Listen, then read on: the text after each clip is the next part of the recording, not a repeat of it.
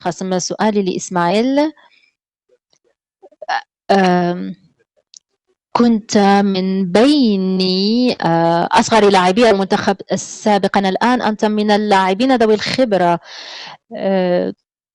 إذن ما هو رأيك بالنسبة للجيل الجديد الذي بدأ يلتحق بالمنتخب الوطني الجزائري؟ هل ترون بأنهم يتلقون ويستقبلون ويحسنون من أدائهم مثلكم؟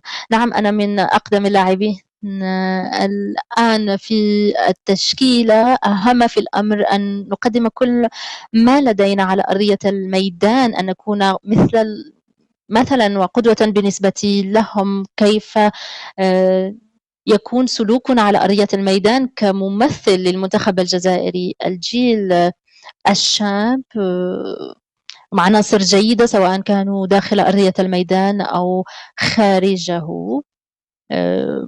هم محترمون جدا ويعملون بجد، ولذلك يمكنهم أن يحققوا إنجازات